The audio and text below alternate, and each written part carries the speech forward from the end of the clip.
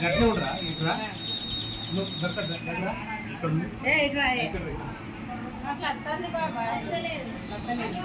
ఇప్పుడు చూడు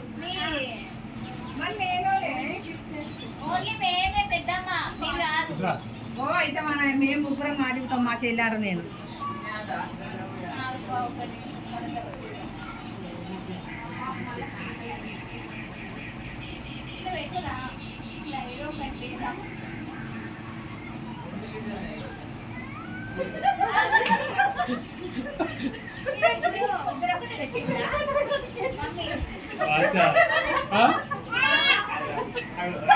భాష